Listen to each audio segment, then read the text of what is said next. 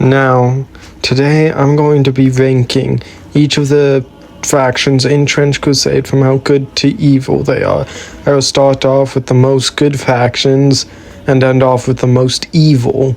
As well as that, I know I was planning on doing a different video today, but stuff happened, so I decided to just do a video that would be way quicker and easier to make. Okay, let's get started. Okay, that's how it's gonna work. Please remember to like, comment, and subscribe, and let's get into it. Now, the reason I have the Irongate Sultanate as the most good faction is simply because we don't have enough lore about them being evil for us to, put them anywhere. For the most part, they seemingly just mind their own business and do some pretty cool trick shots at the gates of hell. Now, that's not saying they don't do messed up stuff. For example, the homunculi that they create are abominations against God's image. They are inherently living in misery because they are imperfect creations that were created by an imperfect creator, unlike us, who is created by a perfect creator. So since they're not created by God, they are inherently born into suffering and pain because God was not involved with their creation. So that's pretty messed up thing to do, but not that bad, relatively speaking. And they probably do the same as every other faction and send war bands into no man's land, and those war bands probably do war crimes there and really messed up stuff. But that's pretty much the same as everyone else. So I can't really dock too many points from them, but we really can't place them any lower until we get more lore of them, and until then they're gonna be remaining as the good faction, relatively speaking. Now, New Antion is about at the same level of the Irongate Sultanate, but we have more lore about them, so we know more of the crimes they've committed and more of the messed up stuff they've done. So, our first messed up things that these guys do is just how they fund their war machines. We see pictures of what New Antion looks like, and it doesn't look like a nice place at all. It looks like an industrial hellscape, Skaven's levels bad, which is horrifying, but that alone wouldn't put them as more bad than the Irongate Sultanate. What puts them as more bad is because they're into some borderline heretical stuff, and that's cloning Jesus Christ, which then they use that clone's blood and flesh to feed their population. Now, as well as that, we also have more evidence of them, going into no man's land and committing war crimes and general bad stuff. So, the only reason they're below the Irongate is because we have more lore of them doing actively bad stuff. I'm sure later on, as we get more lore and information about this world, it's going to be much more challenging to place them. Now, within Trench Crusade, these guys are the most evil of the faithful factions. The Zealots, they probably do most of the war crimes in no man's land, not including the Hell factions, obviously, but, they like suicide bombing. Now, as well as that, within Trench Crusade, the Trench Pilgrims, the most likely to shoot at another faithful faction because they see them as heretical or just not faithful enough, and that's bad. You probably shouldn't be wasting your bullets or anything that isn't a demon, because you shouldn't be doing that when you're fighting a war against hell. That's a bad idea. That's how you get conquested, and some of them doing that has to have some negative impact on the war against hell.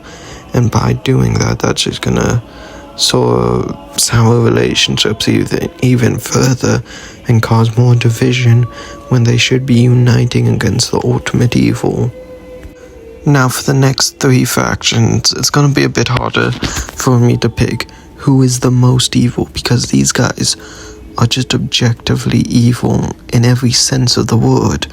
You know, and I know this isn't like the middle of the video, but I'm gonna throw my hat into this discussion about whether the faithful factions in Trench Crusade are just as bad as the heretical factions. And my opinion on this is no, they are not. They are not even close to comparable.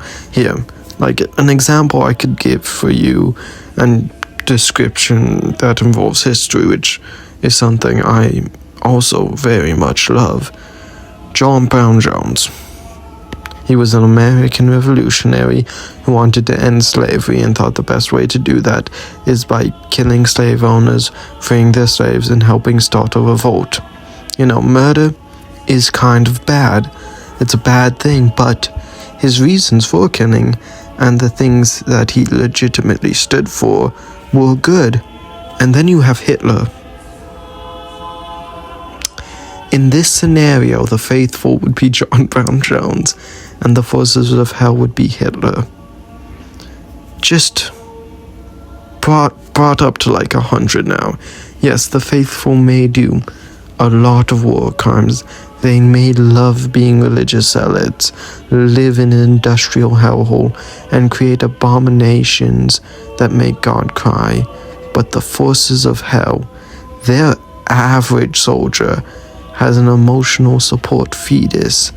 To even join the ranks, you have to be genuinely evil. So the average soldier has done stuff that if I said on YouTube would get me in trouble. Well, no, not really. I'm too small to get into any real trouble, but still, you get my point.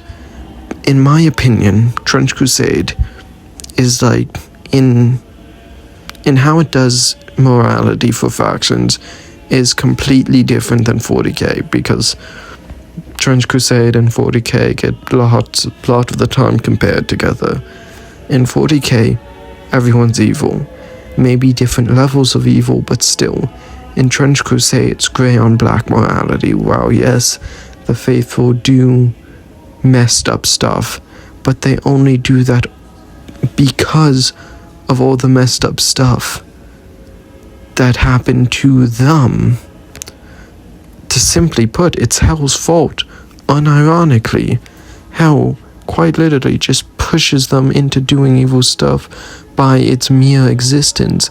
By Hell being so incomprehensibly evil, the faithful need to do messed up stuff just to stand a chance to fight against them. For example, the Trench Pilgrims, all zealot freaks that do not have any compromise on their beliefs, but they are inherently forced to be that way because Hell's knocking on their door and saying, "Open up, I want to kill you." The citizens of New Antion are living in industrial hellscape, but that's only because New Antion needs to create supplies to fight against Hell, and the Iron Gate Sultanite might be creating abominations that make God cry, but those abominations are really effective at killing demons. Now, with that rant done and over, I'm going to be ranking the 3 most evil factions in all of Trench Crusade. Let's go.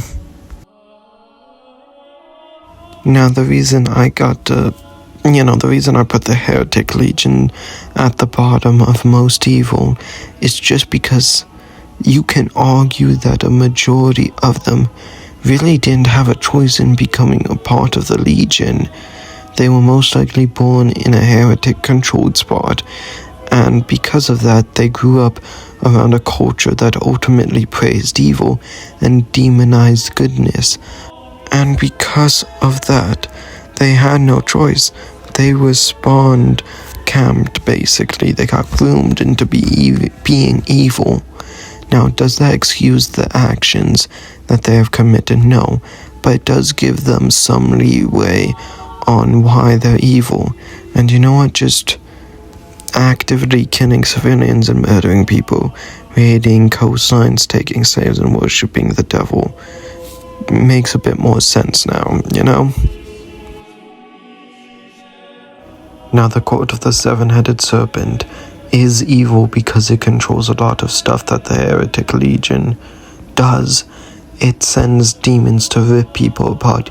It sends demons that are, basically going to become kings amongst the Heretic Legions.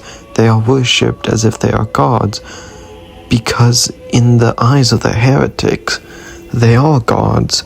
And as well as that, they also do a lot of slavery, just a lot. It's stated that they have slaves. In my opinion, it's very heavily implied that they either manage to take slaves down from Earth into Hell, which is something I wouldn't understand to be possible, or they just have lesser demons which they keep as slaves, which would, I guess, make a little more sense.